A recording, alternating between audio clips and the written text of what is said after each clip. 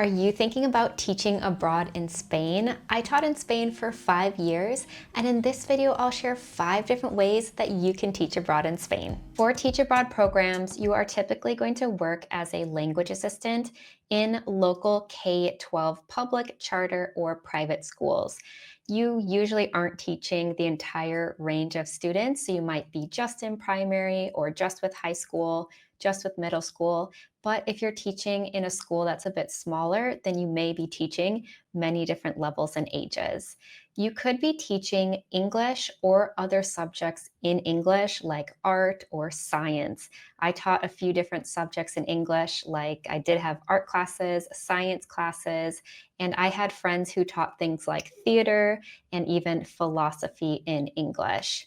You are usually going to work with a Spanish co-teacher, and this relationship really varies from school to school and even from teacher to teacher. Some of the teachers that I worked with in my language assistant programs, they really let me plan and teach all of the lessons. Other times, I would just kind of be there as a resource, going around and helping students, helping with pronunciation, or even pulling out small groups of students. It really depended on each individual teacher. You will receive a stipend or grant along with a student visa with working rights. So for language assistant programs, you aren't receiving a work visa, you're getting a student visa, but you are legally allowed to work at your school through your program. So here are some of the example programs. We have the NALCAP program, which is for Americans and Canadians. I did this program. This is also called Auxiliares de Conversación, and they do have the same program for the Philippines, India, Australia. There's a few different countries that are eligible. There's also Medeas. Beta is in Madrid, and it's more for Catholic schools. You have CIEE, Conversa Spain. Instituto Franklin is technically a master's program, but they do have a teach and learn program. This is what I did my first year, and I taught there along with USETAM. So they had a special agreement. So I took some master's classes, and then I worked at a school through USETAM. There's also the Fulbrights program. There's RVF International, and there is also the UP program. There's a lot of different programs in Spain, and I do recommend checking them all out, definitely applying to more than one. If you're looking for a free program to apply, that's going to be NALCAP or Auxiliares de Conversación. If you're looking for a lot of support, then you can look at something like RVF International.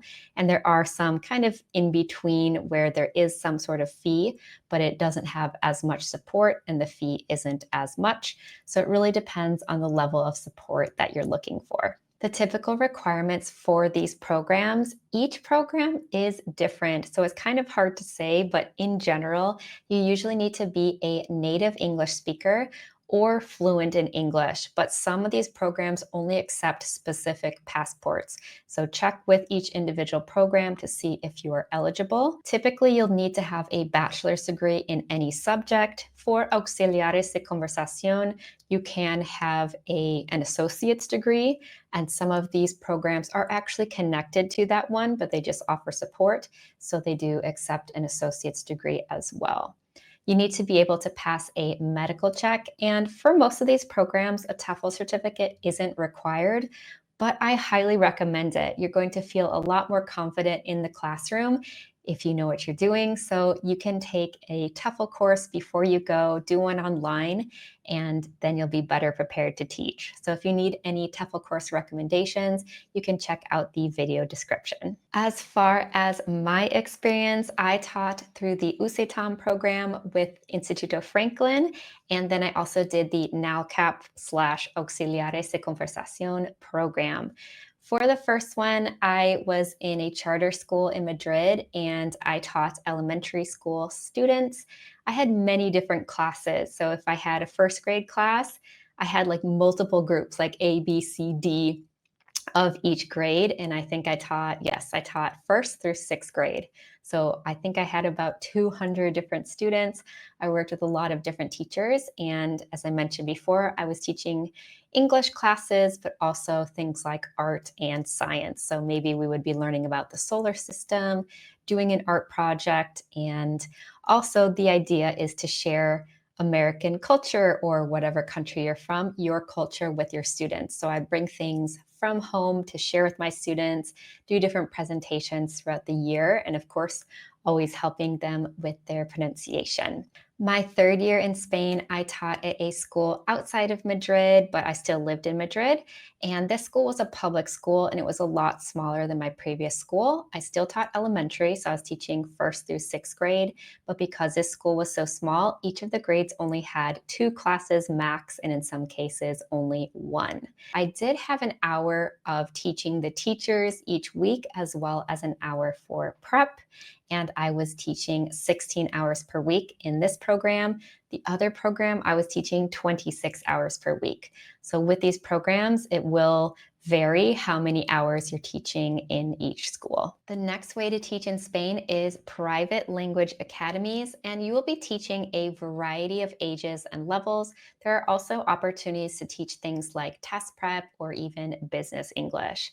This is different because you're usually paid hourly and only for your classes taught. So while the other ones, it was a stipend or grant and you had kind of set hours, teaching in academies can be a little bit different. Most academies are located in the bigger cities and larger towns, and schools may be part of a chain or they could be independent. The typical requirements to teach in a private language academy in Spain would be to have a TEFL certificate, a bachelor's degree, could be in any subject, and be a native speaker or have a proficient level of English. They might ask you for a C2 or C1 level of English, and you can prove this with something like an IELTS exam. Academies are unlikely to sponsor visas for non-EU citizens, so you'll need to have your visa already sorted. So it could be that you already have your student visa with working rights because you're taking Spanish classes, maybe you're getting a freelancer visa,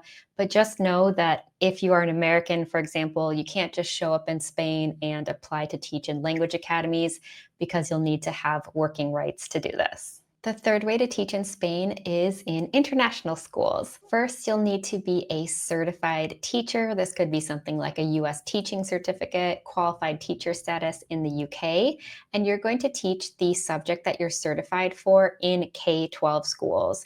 Some of these will have British or American curriculum. They might have IB or International Baccalaureate curriculum as well. These schools will sponsor work visas as long as you have your actual teaching certification. So if you only have a TEFL certificate, unfortunately, you can't qualify for these schools.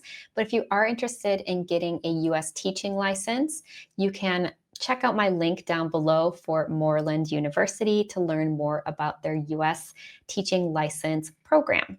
International school positions in Spain are very competitive, so do be aware that you might need to have some previous teaching experience, especially if you have experience already teaching in international schools. The typical requirements would be to have a bachelor's or master's degree, and it may need to either be in education or in the subject that you're certified in. This isn't always the case. For example, I taught in an international school and I have a degree in education, but my certification is for teaching Spanish.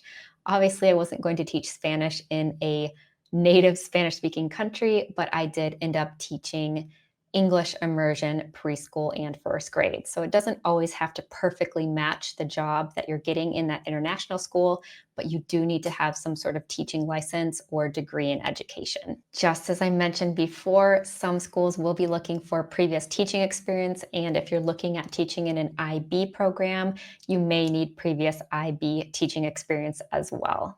I taught at an American school near Madrid. I was a preschool and first grade teacher. This is my classroom. And I had previously been teaching as a language assistant and was able to convert that student visa into a work visa to work at this international school because I had my US teaching license. So if you are a certified US teacher, maybe you can't find a job in an international school in Spain right away.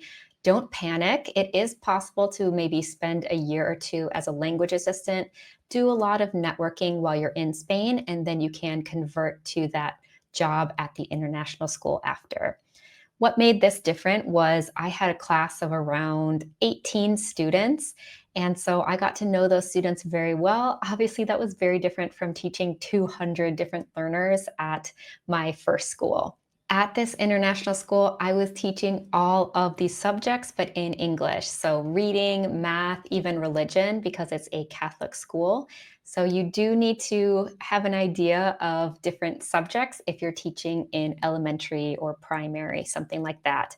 But if you are, for example, a secondary math teacher, you're only going to be teaching math. So that's a little bit different. The fourth way to teach in Spain would be through summer camps. These are typically English immersion summer camps that are looking to hire native English speakers, or you could be a Spanish counselor, but you're fluent in English. So when I worked at these camps, there were some of us that were native speakers, some that were Spanish speakers, but they did speak to the campers in English. They're usually held in July or August. This is when all the kids are out of school, and it could be English classes that you're teaching or just activities in English. We did things like archery, hiking, acting, crafts, sports, even taking care of animals, different things like that. These camps have very long hours. I also worked at summer camps in France, and I will say that the French kids went to bed so much sooner than the Spanish kids. For the requirements to teach in these summer camps in Spain, you need to already have your EU working rights sorted because summer camps aren't able to just hire people from abroad. So this is a good option if maybe you're on a student visa with working rights, you have a freelancer visa, maybe you are working at an international school and you have that work visa during the year.